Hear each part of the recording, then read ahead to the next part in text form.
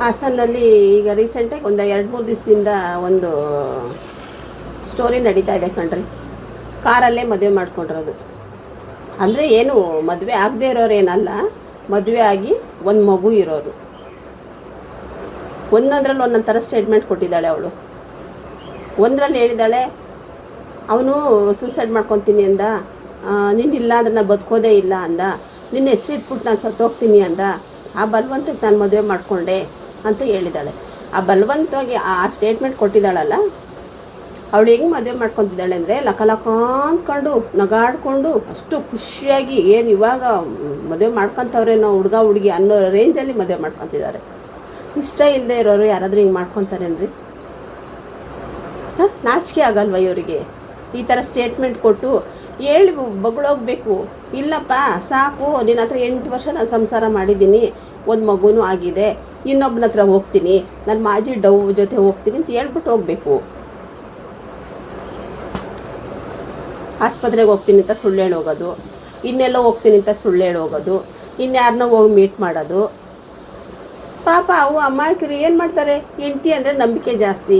ಇಲ್ಲ ಹೋಗಿದ್ದಾಳೆ, ಇಲ್ಲೆಲ್ಲ ಹೋಗಿದ್ದಾಳೆ, ಬರ್ತಾಳೆ ಅನ್ನೋ ಒಂದು ನಂಬಿಕೆಯಲ್ಲಿ ಇರ್ತಾರೆ. ಇನ್ನೊಂದರ ಸ್ಟೇಟ್ಮೆಂಟ್ ಕೊಟ್ಟಿದ್ದಾಳೆ, ನನಗೆ ಯಾರ್ದು ಬಲವಂತ ಇಲ್ಲ, ಅವನ ಜೊತೆ ಇರೋಕ್ಕೆ ನನಗಿಷ್ಟ ಇಲ್ಲ, ಅದಕ್ಕೆ ನಾನೇ ಸ್ವಯ ಇಚ್ಛೆಯಿಂದ ಆಚೆ ಬಂದಿದ್ದೀನಿ ಅಂತ ಇನ್ನೊಂದು ಸ್ಟೇಟ್ಮೆಂಟ್ ಕೊಟ್ಟಿದ್ದಾಳೆ. ಏನು ನಡೀತಾ ಇದೆ ಅಂತ ಗೊತ್ತಿಲ್ಲ ಕಣ್ರಿ. ಇಂಥವು ಜಾಸ್ತಿ ಆಗ್ತಾ ಇದ್ದಾವೆ ಕಣ್ರಿ. ಈ ನಡುವೆ ತುಂಬ ಜಾಸ್ತಿ ಆಗ್ತಾ ಇದ್ದಾವೆ. ಲವ್ ಮಾಡಿ ಮದುವೆ ಮಾಡ್ಕೊಂಡವು ಇರ್ತವೆ, ಅರೇಂಜ್ ಮ್ಯಾರೇಜ್ ಮಾಡ್ಕೊಂಡಿರೋವು ಈ ಥರ ಆಗ್ತಾ ಇದ್ದಾವೆ.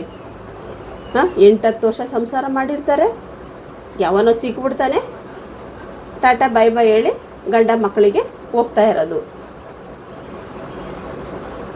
ಇಂಥವರಿಂದ ಚೆನ್ನಾಗಿರೋ ಹೆಣ್ಮಕ್ಳು ಹಾಳಾಗಿ ಹೋಗ್ಬಿಡ್ತವೆ ನಿಮ್ಮಂಥವರಿಂದ. ಎಷ್ಟೋ ಹೆಣ್ಮಕ್ಳು ಇವತ್ತು ನಮ್ಮ ಸಮಾಜದಲ್ಲಿ ಎಷ್ಟೋ ಕಷ್ಟನ ನೀಚ್ಕೊಂಡು, ಗಂಡನ ಸಂಪಾದನೆ ಇಲ್ಲ, 5 ಪೈಸೆ ಸಂಪಾದನೆ ಇಲ್ಲ ಗಂಡಂದು. ಕೆಲವು ಹೆಣ್ಮಕ್ಳುಗಳು, ಎಲ್ಲರೂ ಅಲ್ಲ, ಕೆಲವು ಹೆಣ್ಮಕ್ಳುಗಳು ಗಂಡನ ಅವರೇ ಸಾಕ್ಕೊಂಡು ಜೀವನ ಮಾಡ್ಕೊಂಡು ಹೋಗ್ತಾ ಇದ್ದಾರೆ. ಯಾಕೆ ಅಂದರೆ ಇವತ್ತಿಲ್ಲ ನಾಳೆ ಅವ್ನು ಸರಿ ಹೋಗ್ತಾನೆ, ಅವನಿದ್ರೇ ನನಗೆ ಒಂದು ಬೆಲೆ ಇರೋದು ಸಮಾಜದಲ್ಲಿ, ಅವನೇ ನನ್ನ ಜೀವ, ಅವನೇ ನನ್ನ ಸರ್ವಸ್ವ ಅಂದ್ಕೊಂಡು ಅವನಿಗೂ ಊಟ ಬಟ್ಟೆ ಕೊಟ್ಕೊಂಡು ಜೀವನ ಮಾಡ್ಕೊಂಡು ಹೋಗ್ತಾ ಇದ್ದಾವೆ. ಬಾ, ಎಂತೆಂಥ ಹೆಣ್ಮಕ್ಳಿದ್ದಾರೆ ನೋಡ್ರಿ. ಇಂಥವರಿಂದ ಇಂಥ ಹೆಣ್ಮಕ್ಳಿಗೂ ಕೆಟ್ಟ ಹೆಸರು. ನಾಚಿಕೆ ಆಗಲ್ವ ನಿಮ್ಮ ಜನ್ಮಕ್ಕೆ? 8 ವರ್ಷ ಸಂಸಾರ ಮಾಡಿದ್ದೀರಾ, ಇವತ್ತು ಅವ್ನು ಇಷ್ಟ ಇಲ್ಲ ನನಗೆ ಅಂತೀರಾ. 8 ವರ್ಷದಿಂದ ಚೆನ್ನಾಗಿರ್ತಾನ, ಹೋಗೋರು ಹಾಳಾಗಿ ಹೋಗ್ಬಿಡ್ಬೇಕು ಸ್ಟಾರ್ಟಿಂಗಲ್ಲಯ್ಯ.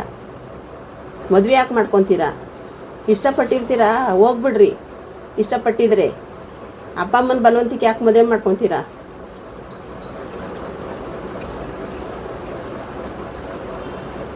ಏನು ನಡೀತಾ ಇದೆ ಅಂತ ಗೊತ್ತಾಗ್ತಾ ಇಲ್ಲ ಕಣ್ರಿ ನಮ್ಮ ಸಮಾಜದಲ್ಲಿ.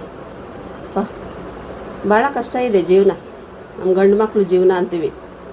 ಮದುವೆ ಮಾಡ್ಕೊಳಕ್ಕೆ ಎದುರುಕಂತದವೆ ಅಂಥ ಪರಿಸ್ಥಿತಿ ಬಂದಿದೆ ಇಂಥವೆಲ್ಲ ನೋಡಿದ್ರೆ.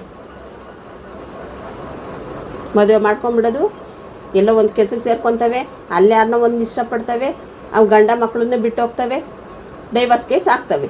ನನಗೆ 20 ಲಕ್ಷ ಬೇಕು, ನನಗೆ 30 ಲಕ್ಷ ಬೇಕು. ಇದಕ್ಕೆಲ್ಲ ಒಂದು ಕಡಿವಾಣ ಹಾಕಬೇಕು ನಮ್ಮ ಸರ್ಕಾರ.